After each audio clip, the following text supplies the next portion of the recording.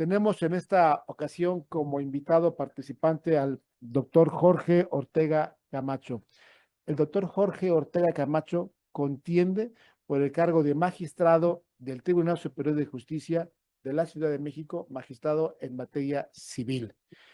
Y de una larga trayectoria que tengo aquí en su curricular, voy a mencionar solamente algunas partes breves a fin de que reste lo suficiente para que nuestro invitado también exponga su trayectoria y su perfil. Es egresado de la Facultad de Estudios Superiores, la FES Aragón, de la Universidad Nacional Autónoma de México, nuestra máxima casa de estudios. Es egresado de la licenciatura en Derecho con mención honorífica. Cuenta también con una maestría en Derecho Constitucional y Derechos Humanos por la misma Casa de Estudios y una maestría en Administración de Instituciones Educativas, doctor además en Derechos Humanos y Litigación Oral. Es perito en criminalística de campo y perito en psicología jurídica y coach para hablar en público. Van a apreciar ustedes la larga trayectoria, la larga formación profesional y académica con que cuenta nuestro invitado del día de hoy. En sus estudios en el extranjero, ha realizado estudios de perspectiva en Derecho Mercantil en Asunción, Paraguay, seminarios de juicio oral y derecho, corrijo, juicio oral penal y derecho privado en Buenos Aires, Argentina, y ha sido ponente en el sexto coloquio binacional México-España, celebrado en la Universidad de Granada con el tema Los derechos humanos como límites al poder. En la parte docente, ha sido catedrático en la misma institución donde realizó sus estudios, la FES Acatlán, perdón, la FES Aragón, ahora en este caso, FES Aragón. Es también docente en diversas universidades, como la Facultad Libre de Derecho de Chiapas, el Instituto de Estudios Judiciales del Poder Judicial de la Ciudad de México, y ha impartido cursos y diplomados en diferentes materias en diferentes instituciones del país. Cuenta además con diferentes concursos y con reconocimientos, como haber sido finalista en el concurso universitario de juicios orales, subcampeón y formador de equipos en debates jurídicos organizados por el Poder Judicial de la Ciudad de México. Fue galardonado con el reconocimiento como abogado del año 2018 por, por Abogados Colegiados del Estado de México, Honris et Illustrita AC. Ha sido conferencista y ponente en diferentes instituciones y en su trayectoria profesional, antes de eso, también cuenta con obra escrita. Tiene, por ejemplo, como autoría los principios rectores de justicia oral, la teoría del caso y su relación con la defensa técnica y el debido proceso, la enseñanza del derecho de cara a la implementación de juicios orales, y actualmente se desempeña como juez adscrito a la unidad de gestión tipo 2 del Código Nacional de Procedimientos Civiles y Familiares, y previamente a ello fue juez 36º de lo civil, luego de haber recorrido una trayectoria en el Tribunal Superior de Justicia de la Ciudad de México. Nos va a hablar el día de hoy sobre la parte probatoria del Código Nacional de Procedimientos Civiles y Familiares, el razonamiento probatorio de este código de reciente incorporación que todavía está asentándose en nuestro sistema jurídico y en nuestra práctica, no ha acabado todavía de difundirse, y por eso es la importancia de este tema que nos platica, que todos estamos inmersos de una u otra forma en la parte civil y familiar, así es de que es un tema importante. Doctor, bienvenido, gracias por estar con nosotros. Adelante, por favor, le escuchamos con atención hasta por 45 minutos. Claro que sí, gracias a el Instituto de Posgrado en Derecho y al maestro Gilberto Chávez y todo su equipo por dar la oportunidad de estar aquí esta tarde. Como bien lo ha mencionado el maestro, pues prácticamente ya cerrando la etapa de campaña en la que hemos estado concursando. Y para mí es un placer sobre todo poder contar con su presencia. Créanme que cada persona que está aquí para mí es importante que esté tomando la atención debida, porque creo que es un tiempo invaluable el que me están compartiendo. Entonces se los agradezco, agradezco a la institución Y justamente en estos 45 minutos quiero aprovechar para dividir en tres situaciones esta breve plática. La primera, quiero contarles quién soy. En segundo lugar, quiero hablarles un poco y breve de mis propuestas. Y en tercer lugar, quiero hablar de este tema tan importante que es el razonamiento probatorio en el Código Nacional de Procedimientos Civiles. Desde luego son tres temas que podemos ir también enlazando por la importancia que tiene el razonamiento probatorio y que sea una persona con las capacidades adecuadas, las habilidades, las actitudes y las aptitudes para desempeñar los cargos tanto de juez como de magistrado. En primer lugar, pues soy una persona como todos ustedes, como todas ustedes, que tiene como vocación y pasión el estudio, la enseñanza y la práctica del derecho. Siempre ha sido mi motor el poder aplicar el ordenamiento jurídico y sobre todo el tratar de hacer justicia desde el ámbito en el que me desempeño actualmente como juez, pero he recorrido toda la carrera judicial. Hemos estado desde meritorios. ¿Qué es un meritorio? Es una persona que está en algún órgano jurisdiccional prestando sus servicios sin cobrar, pero con el deseo ferviente de aprender, de ir conociendo el enfoque jurídico desde la judicatura, porque también creo que es importante resaltar eso, que dentro de la judicatura adquirimos un perfil diverso del que se puede adquirir fuera de la judicatura. Entonces, empecé desde meritorio y prácticamente recorrí todo lo que es la carrera jurisdiccional. Estuve desde el puesto de administrativo especializado, técnico especializado, director de área pedagógica, también fui pasante en derecho, después secretario proyectista de juzgado, secretario de acuerdos, secretario proyectista de sala, hasta que por medio de concursos de oposición logré pues obtener la plaza de juez, primero de proceso escrito y actualmente de oralidad con la implementación del Código Nacional de Procedimientos Civiles y Familiares. Entonces creo que eso es importante porque esta trayectoria o historia que se ha podido forjar también se ve reflejado en las resoluciones que emitimos para la sociedad. Una persona que está preparada, que tiene el conocimiento, creo que dicta resoluciones más justas. Es importante la honestidad, sí, es importante el que nosotros seamos personas incorruptibles, claro, pero también es importante y va de la mano el que sepamos resolver los asuntos, el que sepamos valorar pruebas, el que sepamos llevar el procedimiento de pies a cabeza, que es parte de lo que tiene que ver con nuestro razonamiento probatorio. He estudiado en el extranjero, lo que me ha permitido también tener una visión global de lo que es el derecho y sobre todo los juicios orales.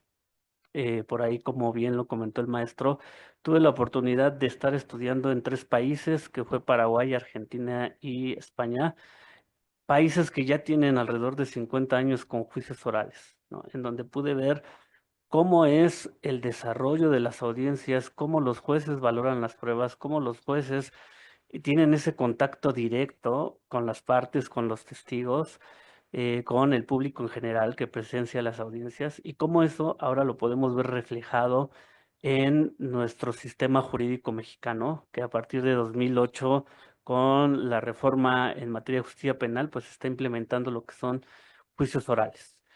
Rápidamente, ¿qué traigo como propuestas de campaña? Algo que quiero aclarar es que los jueces no podemos prometer más de lo que nuestra labor jurisdiccional nos permite. Cuando yo estaba haciendo los recorridos, que a mí me tocó Iztapalapa, la delegación o alcaldía Iztapalapa, hay personas que se me acercaban y me decían, oiga, pero si usted queda de magistrado, no se olvide de nosotros, porque mire cómo está la colonia, la calle no está pavimentada, ¿no? Y yo les aclaraba, ¿no? Hasta qué alcances puede tener un juez. O a veces me decían tal vez de otras materias para las que yo no estoy postulando, ¿no? Me decían, por ejemplo, la materia penal y les decía o les trataba de explicar cuál es la función de un juez en materia civil, ¿no? Que tenemos que ver pues con contratos, con el patrimonio, arrendamientos, hipotecas, títulos de crédito, etcétera. Entonces, dentro de esta función, mi propuesta, la primera de ellas, es seguir implementando mi función jurisdiccional conforme a los principios que nos demanda la sociedad, que es ser imparciales, ser objetivos, excelencia profesional, humildad y tener esa actitud y aptitud también para la resolución de los conflictos, ¿no? Que eso nos los ha dado precisamente la carrera judicial. Ese enfoque lo tengo y lo comparto como propuesta. ¿Por qué? Pues porque tengo 15 años en el Poder Judicial de la Ciudad de México. Yo llegué a los 19 años y desde ahí me formé y desde ahí tuve la visión de que quería ser juez, porque también creo que es importante la vocación para la judicatura, porque a veces no es fácil el cargo. Hay veces, y yo se los comento así rápidamente, cuando por ejemplo yo llegué a ocupar el cargo de juez civil, había veces que llegaba a las 5 de la mañana y salía a la 1 de la mañana, prácticamente a dormir y regresar para conocer los expedientes, pero eso lo hacía con amor, con la pasión que te da el hecho de tener la vocación por juzgar. La vocación porque sabes que la tarea que estás haciendo es importante, ya que está en tus manos no solo el patrimonio de las personas, sino, ¿por qué no decirlo?, su felicidad o hasta su tranquilidad. Entonces, esa es mi primer propuesta. La segunda propuesta va enfocada a ser un juez que siga implementando la oralidad. ¿Por qué? Porque la oralidad ya está en nuestro Código Nacional de Procedimientos Civiles y Familiares. Es algo que el legislador ya lo contempla, ¿no? Porque tampoco nosotros podemos establecer que vamos a legislar porque no es parte de nuestra función como jueces. Tal vez podemos hacer propuestas de leyes, pero no podemos prometer legislar. Y creo que para impartir o seguir con una justicia de corte oral, necesitamos jueces que conozcan qué es la oralidad, qué son los principios rectores de la oralidad, técnicas de litigación, teoría del caso, interrogatorio, contrainterrogatorio, y eso lo he practicado, ¿no? Prácticamente llevo 15 años. Cuando estuve en estas universidades de España, Argentina y Paraguay, estuve enfocado en la justicia oral, en cómo se aplica, ¿no? Estudié eso. El doctorado que he cursado es un doctorado en Derechos Humanos y Litigación Oral. Entonces, mi segunda propuesta, que es la oralidad, tiene que ver con que tengo el perfil para poder impartir justicia oral, ¿no? También soy coach para hablar en público. La tercera propuesta es seguir enfocado en una impartición de justicia con perspectiva de derechos humanos. Necesitamos que los grupos vulnerables sean atendidos y que esa discriminación histórica que han tenido se vea transformada en acciones afirmativas para que dentro de los procesos no estén en un estado de indefensión o desigualdad con sus contrarios por el hecho de pertenecer a un grupo vulnerable.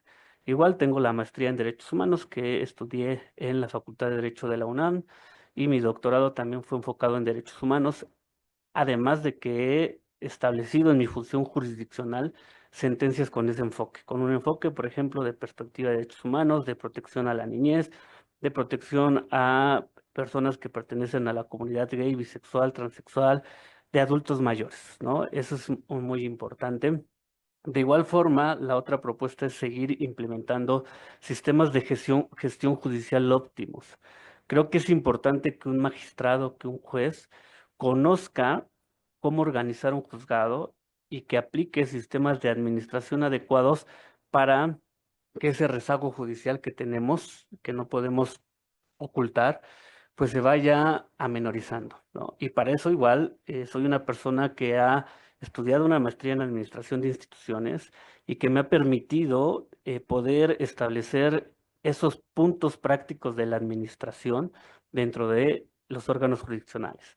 Gestión del talento humano, liderazgo, ver la misión, visión y valores de ese órgano jurisdiccional, la repartición equitativa y oportuna del trabajo son ejes rectores. Y por último, la justicia digital, ¿no? Debemos de ser personas que manejemos estos ámbitos digitales para implementar lo que el Código Nacional ya materializa. Como ustedes podrán darse cuenta, son propuestas que considero están dentro de mi función jurisdiccional y que entonces puedo cumplir. Con esa visión honesta incorruptible. Soy una persona joven que he dedicado mi vida a esto y que considero que en general la sociedad me ha evaluado de buena forma, ¿no? No tengo señalamientos de corrupción, no tengo familiares en el Poder Judicial de la Ciudad de México, es decir, no hay nepotismo, y eso es lo que me ha permitido, pues, continuar y lo que me permite hoy venir a pedir su voto como magistrado en materia civil, que pueden votar por mí en la alcaldía Iztapalapa en el número 16 de la boleta azul cielo. Eso a grandes rasgos como una introducción. Y ahora quiero hablar de este tema tan importante que es el razonamiento probatorio. Como ustedes lo ven, considero que un juez debe de estar preparado. ¿Por qué?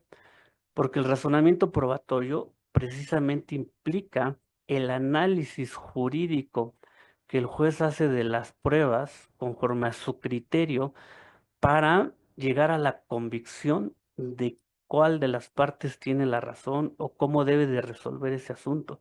Una tarea que se debe de tomar con la seriedad debida. ¿Por qué? Porque todos, por ejemplo, hemos tenido cierto patrimonio. ¿Cuántos de nosotros no hemos sacado, por ejemplo, un crédito hipotecario y cuánto no nos ha costado pagar ese crédito, obtener un patrimonio que podríamos perder en un juicio si no tenemos un juez preparado para recibir la prueba, para analizarla, que conozca la teoría jurídica de la acción civil, que haga ese análisis en la sentencia y más hoy en día que estamos ante juicios orales?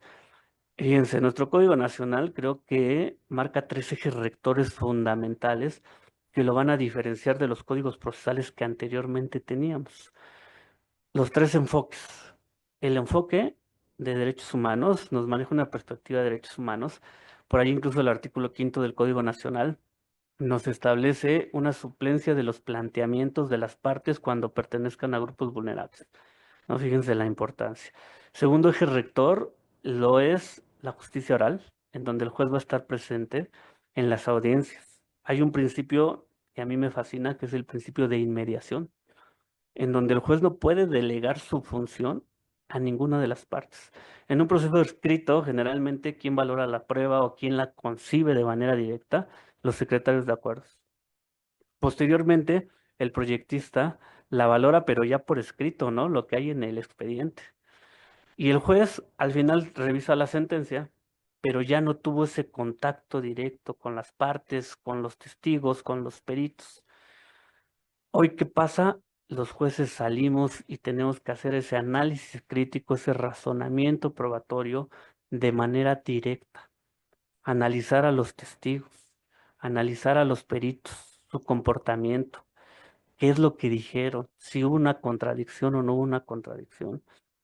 Y fíjense qué importancia que entonces el juez sepa valorar las pruebas, sepa las cargas de las pruebas, la carga de la prueba de cada una de las partes, conozca cómo se valoran y los sistemas de valoración de la prueba que nos permiten nuestro Código Nacional. Entonces, fíjense, los principios rectores del juicio oral, inmediación, publicidad, concentración, continuidad, igualdad, contradicción, se van a materializar en esta valoración de la prueba. Ahora, fíjense, ¿qué nos dice nuestro Código Nacional? Nosotros vamos a tener diversos sistemas de valoración en el mundo y que se han ido llevando, ¿no? Tenemos, por ejemplo, el sistema de valoración de la tarifa legal o tasado. ¿Qué nos dice este sistema de valoración? Que el legislador ya le dio un valor a la prueba y el juez no le puede dar otro valor que el que no le diga la ley. ¿Cuál es el ejemplo que tenemos en nuestro país? La documental pública, ¿no? En donde el legislador te dice que esa documental pública ya tiene valor probatorio pleno y el juez no le puede dar otro valor que ese.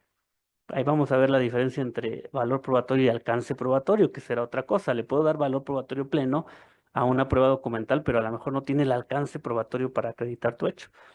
Pero ahí tenemos nuestro primer sistema de valoración de la prueba, que es este sistema legal o tasado. Tenemos un segundo sistema de valoración, que es el sistema de valoración de la íntima convicción, en donde quien juzga no tiene por qué dar explicaciones de por qué llegó a ese resultado. Simplemente tiene que dar el resultado y lo que él haya analizado es íntimo. Y este sistema lo seguimos teniendo. Por ejemplo, no aquí en México, pero por ejemplo en Estados Unidos, que se juzga con jurado, los abogados ahí a quien convencen es al jurado que no necesariamente son profesionales del derecho, son personas, ciudadanos, y son ellos quienes determinan, por ejemplo, si una persona es culpable e inocente.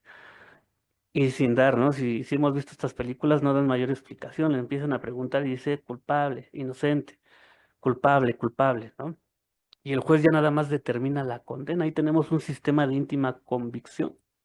Y luego tenemos el sistema de la sana crítica o libre valoración de la prueba. Este sistema, ¿qué implica? Sí, que el juez llegue a una íntima convicción, pero que la explique, la motive y la fundamente. ¿Y conforme a qué? Conforme a leyes de la lógica y máximas de la experiencia. Yo siempre lo he dicho que nuestro derecho se basa mucho en el sentido común, regula las situaciones del hombre en sociedad. Y creo que cada uno de nosotros, desde nuestra perspectiva, tenemos una idea de lo que es justo o lo que no es justo. Y de ahí partimos. Entonces, las leyes de la lógica son leyes de la inferencia que nos permiten llegar a resultados, a conocimientos, a conclusiones. Y las máximas de la experiencia son conocimientos generales que todos podemos tener o un determinado grupo va adquiriendo, ¿no? Por ejemplo, todos tenemos como una máxima de la experiencia que el sol sale diario, ¿no? Tenemos como máximas de la experiencia judicial, por ejemplo, el cómo se comportan ciertos testigos cuando pudieran estar mintiendo, ¿no? Que hoy en los juicios orales se ve más y que la corte ya ha establecido como los famosos componentes paralingüísticos que el juez debe de observar. Eso nos los ha dado la experiencia. Pero fíjense, creo que en una experiencia de llegar un día y decir soy juez hoy y voy a valorar la prueba. Es una experiencia de esa carrera judicial desde cuando nosotros estábamos viendo cómo el juez valoraba la prueba, desde que nosotros hacíamos un proyecto de sentencia y el juez nos los corregía y nos decía, dejaste de observar esto y esta prueba no debe de tener valor probatorio, ¿no? Es una escuela que se ha adquirido. Entonces, fíjense. Retomando, les decía hasta ahorita el sistema tasado, en donde la ley ya le da valor probatorio a la prueba. El sistema de la íntima convicción, en donde el juez resuelve y no tiene por qué dar mayor explicación de la conclusión a la que llegó. El sistema de la sana crítica o este sistema en donde nos pide que el juez llegue a una íntima convicción, pero que lo fundamente en leyes de la lógica máximas de la experiencia. Y por último, tenemos un sistema mixto que curiosamente es el que adopta nuestro Código Nacional de Procedimientos Civiles y Familiares. ¿Y por qué digo que curiosamente? Porque al estar enfocado en un sistema de audiencias, en juicios orales, la idea es que fuera un sistema enfocado en la sana crítica, que no se le diera por el legislador ningún tipo de valor a una prueba y que se dejara la apreciación libre del juez que hiciera en la audiencia. Pero no, todavía traemos en el Código Nacional muchas cuestiones que no pudimos soltar del proceso escrito. Y no nos culpo, teníamos 100 años con procesos escritos, ¿no? Tan lo vimos así que, por ejemplo, el primer acercamiento a la oralidad que tuvimos en materia mercantil, iniciamos con posiciones en la confesional, ¿no? No queríamos soltar las posiciones que no son idóneas para un sistema oral. Después dijimos, bueno, adiós posiciones e interrogatorios. Y hoy en el Código Nacional tenemos una declaración de parte en donde no solo son hechos propios, sino también hechos conocidos. Fíjense cómo nos hemos ido despegando poco a poco del proceso escrito, pero acá en el Código Nacional, pues todavía tenemos la documental pública, que el código le sigue dando valor probatorio pleno. Tenemos la documental privada, en donde si no es objetada, impugnada por la contraparte, igual se le da valor probatorio pleno. La presuncional legal, que tiene valor probatorio pleno, pero todas las demás pruebas las vamos a valorar conforme a la sana crítica. Testimonial, pericial, inspección, la declaración de parte propia y contraria, es decir, leyes de la lógica y máximas de la experiencia. Pero justo este binomio en donde todavía tenemos algunas pruebas que están en un sistema tasado, junto con el de la sana crítica, nos da un sistema mixto de valoración de la prueba. Entonces, en nuestro Código Nacional, decimos tenemos este sistema mixto de valoración de la prueba y la importancia es que este razonamiento probatorio implica que cuando el juez sale a la audiencia, que cuando el juez valora las pruebas, debe de tener un conocimiento previo. Y yo se los digo, un conocimiento de años.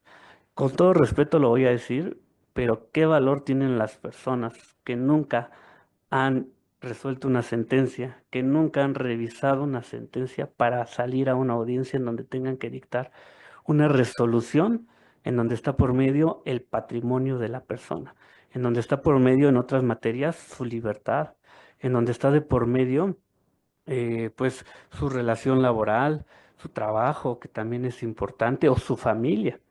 Digo, con todo respeto lo digo, pero desde el punto de vista personal creo que se debe de tener mucho conocimiento y ese contacto directo, incluso hoy en día, para ver lo que son los componentes paralingüísticos. Si el testigo se está sonrojando, si el testigo, por ejemplo, tiene nerviosismo, tartamudeo, palidez, sonrojo, son cuestiones que debemos de ver los jueces. El juez, yo se los digo, cuando entramos a una sala de audiencias, es como si entráramos a un templo, en donde nos olvidamos de todo lo demás para tener todos nuestros sentidos fijados en esa audiencia, en la valoración de la prueba. ¿Por qué? Porque implica esto los juicios orales, escucha activa, comunicación asertiva. A veces estamos observando la declaración de parte y a la vez tenemos que estar observando que el abogado no objete, porque si yo no observo que el abogado está alzando la mano, está objetando y contesta el declarante, pues ya se introdujo esa información al juicio. Entonces son diferentes características y un nuevo perfil que tiene que tener el abogado, el juez también para participar en este tipo de procesos. Ahora decíamos, es un sistema conforme a la sana crítica. Los abogados hoy en día tienen que hacer una teoría del caso. Creo que siempre la hemos hecho, pero ahora, bueno, la oralidad nos ha traído esta cuestión más técnica y que se ha definido como una herramienta metodológica para planear el caso de una manera estratégica, perdón, y presentarlo ante el juez. Es decir, ¿cómo voy a ganar yo mi caso si soy abogado? Y tiene que tener tres elementos importantes, que es un elemento fáctico, un elemento jurídico y un elemento probatorio.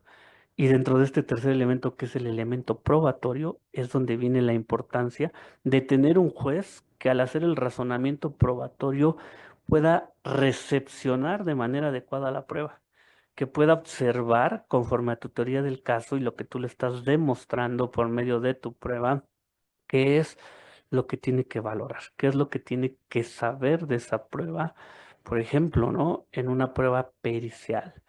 La prueba pericial hoy en día se va a someter al interrogatorio, contrainterrogatorio en su caso, reinterrogatorio y recontrainterrogatorio de las partes, ¿no? Entonces, el juez, al analizarla conforme a la sana crítica, va a observar que ese testigo no se contradiga, que ese testigo sea creíble, que sea el idóneo y que sepa de los hechos, que los haya percibido de manera adecuada. Qué importancia y qué gran labor darle o no valor probatorio a lo que dice una persona. Decir si esa persona en realidad convenció de que está viniendo a decir la verdad o no. Y ese razonamiento lo tiene que hacer el juez. De igual forma en la prueba pericial, que igual va a haber un interrogatorio, contrainterrogatorio, reinterrogatorio y recontrainterrogatorio. Claro, es función de los abogados hacer su labor, su técnica de litigio para llegar al juez información de calidad y para demostrar cuál de esos testigos o de esos peritos en realidad se está conduciendo conforme a la verdad y que no está siendo parcial a quien lo está presentando, ¿no? Una tarea difícil. Entonces el juez ahí tiene que ver la motivación del perito, que es importante. Si en realidad, por ejemplo, ese perito se está basando en cuestiones técnicas, artísticas, industriales para las que fue propuesto, que no se esté contradiciendo y ahí vienen las leyes de la lógica que son parte de la sana crítica, ¿no? Por ejemplo, el principio de tercero excluido. Una cosa es o no es y se excluye una tercera opción, ¿no? Yo analizando a veces veo los interrogatorios de los peritos, las respuestas que dan Y por un lado establecen que sí es la firma, pero por otro lado dice que no tuvieron la oportunidad de analizarla directamente por una diversa cuestión. Bueno, entonces, ¿cómo me afirmas que sí es la firma si no la has analizado, si no tuviste esa oportunidad por cualquier motivo? Entonces ahí viene, ¿no? A esta pericial yo no le voy a dar valor probatorio porque el perito se contradijo. O imagínense, el abogado hizo una labor para evidenciar una contradicción y entonces le denota al juez que ese perito, esa persona está contraviniendo a lo que ella misma dijo. Ahí viene la labor del juez, ¿no? De ir valorando las pruebas conforme a esa sana crítica, conforme a leyes de la lógica, máximas de la experiencia. Si un testigo, por ejemplo, me viene a decir que hace 20 años él estuvo presente cuando se celebró el contrato y me empieza a decir cláusula por cláusula de memoria, ¿no? Me empieza a decir en dónde está el inmueble en donde él no vive cerca y se lo sabe de memoria, ¿no? Me empieza a decir, por ejemplo, en la prescripción, ¿no? Sí, yo sé que él está de manera pública, ininterrumpida, continua, por más de 5 años en términos del 1156 del Código Civil de la Ciudad de México y en sus generales me dice que tiene la secundaria. Pues ahí entran las máximas de la experiencia del juez, ese conocimiento que ha adquirido, no de ese caso y no de todos los casos que ha llevado, ¿no? Sino de toda la experiencia que le dio la carrera judicial. El poder llegar a esas conclusiones importantes que hay dentro de esta función tienen que ver con esa experiencia del juez, con la habilidad. Recuerden que los juicios orales hoy lo que implican es un principio de simplicidad en donde el lenguaje es democrático, es coloquial. Es como si estuviéramos hablando con cualquier persona que no sabe de derecho. Y entonces esa recepción que hace el juez de las pruebas, que le permite justo dictar una resolución, también tiene que ver con el conocimiento jurídico. ¿Cuáles son, por ejemplo, los elementos de la acción que están ejercitando en este momento? Digamos, una acción sencilla, ¿no? Un cumplimiento de contrato. ¿Qué me tiene que acreditar el abogado? Pues primero la relación contractual. ¿Cómo valoro la prueba para ver si efectivamente está acreditando una relación contractual? Segundo punto, que esa persona cumplió con lo que le incumbía para poderle exigir a la otra. ¿Qué pruebas me lo están demostrando? Y tercer punto, el incumplimiento, que justo al ser un hecho negativo, no toca acreditarlo al actor, sino al demandado que sí cumplió. Eso lo debe de conocer el juez, ¿no? Y no solamente ir valorando la prueba de manera aislada, sino tanto de manera aislada como después en su conjunto, lo que nosotros le conocemos como la adminiculación o el relacionar una prueba con otra. Espérate, aquí el testigo me vino a decir esto, pero los documentos públicos dicen otra cosa. O incluso hay pruebas que se contradicen a sí mismas. ¿Cómo el juez va a hacer ese proceso interno de convicción para lograr llegar a una resolución? Que les digo, no solamente es resolver por resolver, es tomar en cuenta que mi resolución va a impactar directamente en la vida de esa persona. ¿No? Yo les decía, yo no tengo la conciencia, a mí me gustaría a veces tener la conciencia de decir, ya como salga, no. No puedo. Tengo que analizar bien el caso, tengo que analizar los documentos, tengo que analizar el expediente y entonces lograr llegar a una resolución que desde mi punto de vista es justa y que así considero. Una resolución que también tiene que pasar por el filtro de la sala y por el filtro de los federales y que debe ser también fundamentada, argumentada y razonada precisamente esa prueba para que efectivamente sea confirmada por la sala y sea negado el amparo. No con el fin de decir, oye, mi sentencia fue confirmada, sino con el fin de decir, hice justicia, pude yo impartir justicia, que creo que es la vocación que también necesitamos para estar en el cargo, ya sea de juez o de magistrado. Entonces les digo, este razonamiento probatorio que tiene que ir ligado con la teoría del caso forzosamente, el elemento probatorio y todo el camino que lleva una prueba, ¿no? ¿Desde qué? Desde su recolección, su ofrecimiento, su preparación, su admisión y su desahogo. Y por último, su valoración. Fíjense qué padre es todo el camino que sigue la prueba. Y todo ese camino va a impactar en ese razonamiento probatorio crítico que el juez haga y que al final de cuentas les vamos a tener que explicar. Fíjense la importancia de conocer cómo se valora cada una de las pruebas para posteriormente salir y decirle al justiciable cara a cara, frente a frente, el por qué ganó o por qué perdió el asunto. Y créanme que la justicia oral nos cambia totalmente el panorama. El hecho de poder oír a los testigos, a los peritos, a las partes, nos lleva a una convicción diferente que podemos razonar y que podemos analizar en la sentencia. Y posterior a ello, fíjense, explicarle a las partes, y créanme que muchas de las veces las partes, porque es muy importante en esto también hoy en día, el movimiento corporal, la gesticulación, el que el juez observe esos componentes paralingüísticos que nos dan mensajes, y a veces vemos que las partes pues dicen, sí, obviamente no estoy contenta, no estoy contento porque perdí, pero estoy convencido de que perdí porque lo que me explicó el juez tiene la razón. Y entonces, señora, mire, señora María, eh, usted promovió una prescripción positiva. ¿Qué quería decir eso? Que usted me vino a decir que por todo el tiempo que ha tenido ocupando ese inmueble, ya debió de haber sido considerado, pues, eh, propietaria. Pero ¿qué cree?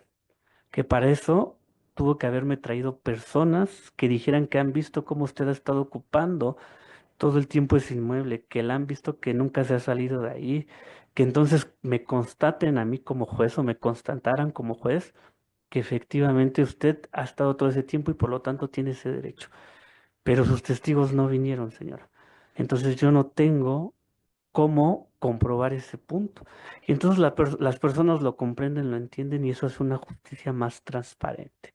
En conclusión, lo que les quiero decir es que el razonamiento probatorio implica ese análisis conforme al sistema mixto de valoración de la prueba que hoy tenemos que el juez debe de realizar. Y entonces considero que debemos de ser jueces y magistrados, porque hoy con el Código Nacional también los magistrados, cuando haya una apelación fundada por alguna violación procesal, vamos a tener que entrar al estudio del asunto como si fuéramos jueces de primera instancia y salir y llevar las audiencias. Es la importancia de que un magistrado también conozca estos puntos.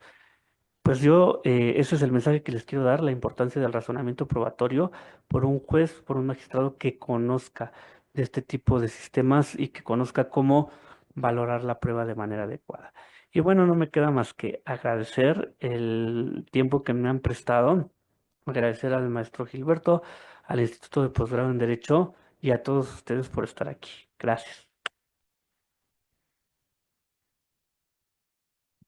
Muchas gracias, doctor. La verdad es que ha sido